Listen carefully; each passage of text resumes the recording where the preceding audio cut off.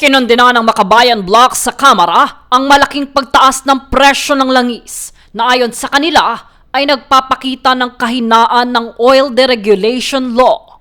Ayon kina ACT Teachers Party List Representative Antonio Tino, Gabriela Representative Sara Elago at Kabataan Representative Rene Co, umabot hanggang 38 pesos at 50 centavos kada litro ang taas ng presyo ng ilang produktong petrolyo ngayong linggo.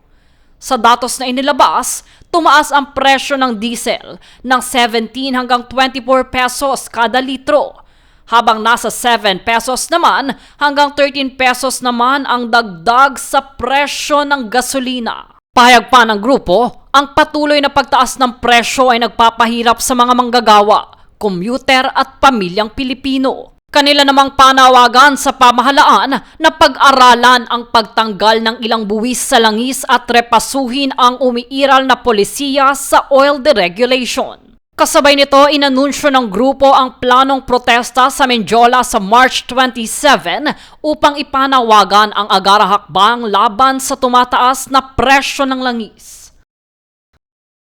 Jade Buhoy, nag-uulat para sa Golden Nation Network.